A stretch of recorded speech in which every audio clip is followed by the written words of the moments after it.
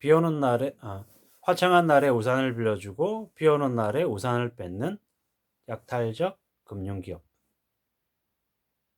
약탈적인 금융에 대한 이야기를 하고 싶습니다. 약탈적인 금융. 채무자가 상환 능력이 부족한 걸 알면서 돈을 빌려주고 이익을 얻으려고 하는 걸 약탈적 금융이라고 얘기합니다. 우리는 무수히 많은 나라의 사례에서 알 수 있습니다. 한국에서는 2003년 카드 대란 때 무분별한 카드 남발, 발급. 2008년 미국 금융위기의 그 서브프라임 모기지론 대출. 뭐 지금 현재 벌어지고 있는 그 저금리 전세자금 대출, 주담대 대출. 이 모든 것들이 다 약탈적 금융의 형태가 아닌가라는 말씀을 드리고 싶은 거죠. 채무자가 돈이 있으면 돈이 있는 대로 원금과 이자를 받아내고 돈을 못 갚으면 담보 물건을 경매에 쳐서 뺏어가고 이런 일들이 한국에서만 있었냐? 한국, 미국, 일본 전 세계 각지에서 다 있었죠.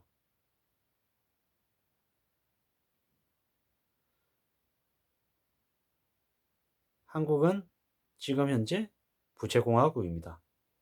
빚쟁이로 사는 사람들이 한둘이 아닙니다. 빚을 지는 걸 당연하게 생각하고 신용카드 쓰는 걸 그렇게 두려워하지 않습니다.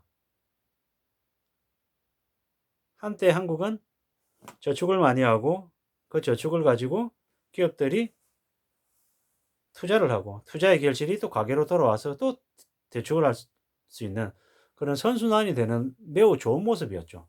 근데 어느샌가 분위기가 바뀌어서 빚을 내서 소비하고 그 소비 때문에 또 빚이 지고 이러는 빚의 굴레, 끔찍한 부채의 소용돌이에 휘말리게 됐습니다. 무서운 일이죠. 이미 대한민국 국민의 상당수가 빚의 노예로 살고 있습니다. 빚이 없이는 살기 어려운 시대가 돼버린 거죠. 뭐 대법제 광고가 언론에서 매일 나오고 있고 뭐 빚져서 비투하는 것들을 되게 당연하게 이제 보여주다 보니까 사람들이 그렇게 부채를 빚내는 거를 두려워하거나 꺼려하지 않는 거죠. 그냥 그럴 수 있고 그냥 자연스러운 모습으로 이제 생각해 버리는 거지. 그런 이제 인식 분위기들이 되게 무섭죠. 이미 우리 가계의 부채는 매우 심각한 수준이죠. 1850조. OECD 국가들 중에서 넘버원이죠. 매우 심각하죠. 이렇게 부채가 늘어나게 만든 건 지금의 정부가 무수히 많은 나쁜 짓들을 했죠. 유동성을 핑계로 코로나 팬데믹 이후에 정상화시키겠다는 핑계로 부동산 시장, 주식 시장, 각종 자산 시장에 온갖 거품들이 다 커지게 만드는 그 잘못을 저질렀죠. 감당 안 되는 거죠. 예. 그 때문에 되게 한국이 경제적인 충격을 크게 느낄 수밖에 없다라는 거죠.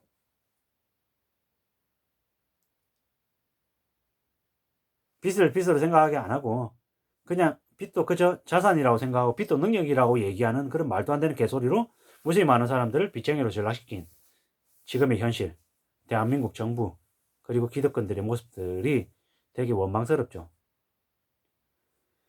대학생들이 시작할 때부터 학자금 대출로 빚쟁이로 사회에 나오게 만들었죠.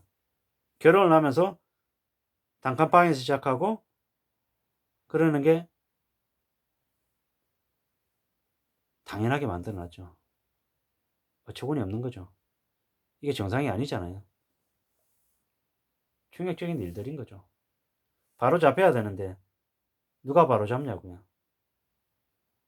좀 씁쓸하죠. 충격이죠. 일자리가 부족하고 실업률이 올라가니 또 뭐 대출해주겠다 그러고 대지 마련 어려우니까 대출해주겠다 그러고 뭐 이게 뭐 문제만 생기면 자꾸 대출해가지고 돈 빌려주겠다라는 얘기밖에 안 했죠. 근데 그래놓고 지금 와서는 이제 어떻게 됩니까?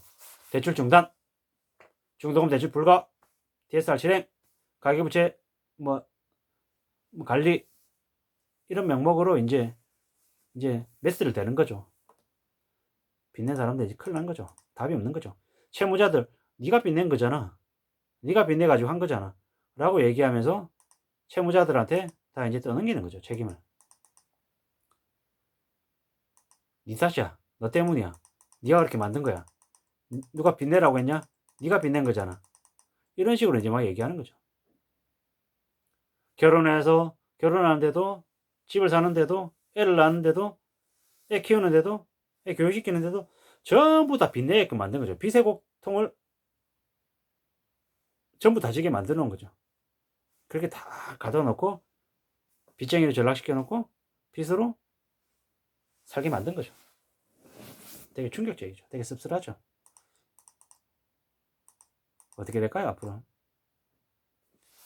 빚을 갚는 것도 중요하지만 어떤 식으로든 빚지지 않겠다라고 마음먹고 각오하고 결심하는 게 꼭 필요하다라는 말씀을 드리고 싶은 거죠. 빚으로 채우려고 하지 말고, 빚지고 뭘 살 생각하지 말고, 돈을 모아서 살 생각하고, 할부하지 말고 자기 돈으로 사고, 신용카드보다 체크카드, 체크보다 현금 쓰고, 능력 안 되는데 무리하게 집 사겠다 생각하지 말고, 전세자금 대출 받기보다는 월세 살고, 외차 생각하지 말고, 충실하게 가계 생활비를 절약하고 아껴서 현실 생활에서 좀 잘 지내는 걸로 그렇게 지내야겠다라는 거죠. 어떤 식으로든 그렇게 살아야 된다는 거죠. 세상이 절대 만만하고 수월하고 쉬운 게 아니다라는 거죠. 세상이 공짜고 특히나 빚은 그 대가가 훨씬 더 크다. 빚지면서 투자하는 건 절대로 안 된다. 레버리지 투자는 위험하다라는 거죠. 저성장 시대 대박도 좋지만 대박보다 실패를 경계해야 된다는 거죠. 평생 실패하지 않는 저축을 선호해야 되고, 그리고 투자로 함부로 무분별한 투자를 해가지고 큰 돈을 잃는 거는 두려워해야 된다는 거죠. 교육비에 무리하게 돈을 쓰는 것도 경계해야 되고,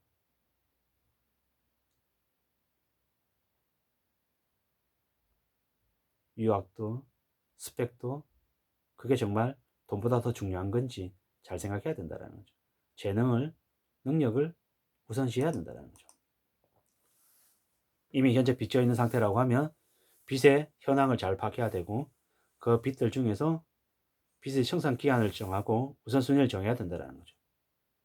그리고 어떻게든 가처분 소득을 늘려서 대출도 조금씩 정리해 가야 된다는 거죠. 통제 가능한 빚은 가족의 도움을 받는 것도 고려해야 되고, 그조차도 안 된다면 각종 제도와 각종 기관 그리고 전문가들에게 도움을 청해서 부채를 어떻게 할 수 있을지에 대한 그런 고민들, 그런 해법들도 찾아야 된다는 거죠. 빚에 끌려 다니지 말고 돈의 주인이 될 수 있게끔 살아야 된다는 거죠. 무리하게 돈을 우습게 보면 안 된다는 거죠. 그리고 빚이라고 하는 그런 부담을 최대한 줄여나가도록 애써야 되고, 조금씩 빚이 아닌 자신만의 능력으로 자기의 힘으로 살아갈 수 있게끔 애써야 된다는 거죠. 바깥에서 마시는 테이크아웃 커피 4,000원, 5,000원짜리 그 커피 값도 아끼고, 명품 가방, 명품 이런 것들도 좀 마음을 버리고, 생활비, 외식, 무분별하게 외식하는 이런 것들도 좀 고민해야 되고, 보험도 마찬가지고요. 무리하게 빚지는 것들을 되게 두려워하고 우려해야 되고, 좀 더 열심히 성실하게 생업에 집중해서 잘 일하는 것들을 고민해야 된다는 거죠. 부채는 없어야 되고 자산을 늘려야 되고 빚 없이도 살아갈 수 있다라는 그런 삶의 행동, 습관, 태도들을 가져야 된다는 거죠. 빚지지 않고 사는 삶, 빚을 갚아가는 삶을 가져야 된다는 거죠. 빚지지 않고 살 수 없다 보다는 빚 없이도 스스로 주도적으로 살 수 있는 삶을 살아야 된다는 거죠. 어떤 삶을 살지, 빚지지 않는 삶을 살지는 우리의 의지, 노력에 따라 달라질 수 있다라는 얘기를 하고 싶은 거죠. 물론 절대 쉬운 게 아니고 힘들고 어렵죠. 근데 그 힘들고 고단한 그 과정을 거쳐서 금융기업들, 약탈적인 대출을 해주는 금융은행에 끌려다니는 삶이 아니라 스스로 자기의 삶을 헤쳐나가면서 사는 그런 모습들을 갖춰야 된다는 거죠. 그런 얘기들을 좀 하고 싶은 거죠. 빚지지 않아야 된다는 얘기. 그리고 빚을 벗어나야 된다는 얘기들을 말씀드리고 싶은 거죠. 아무쪼록 무리하게 빚지지 않고 약탈적인 대출 공화국에서 쓸려다니는 삶을 살지 않아야겠다라는 말씀을 드리고 싶은 거죠. 아무쪼록 저나 여러분 모두가 빚의 굴레에서 벗어나고 좀 더 주도적으로 자유롭게 사는 존재들이 됐으면 좋겠습니다. 감사합니다.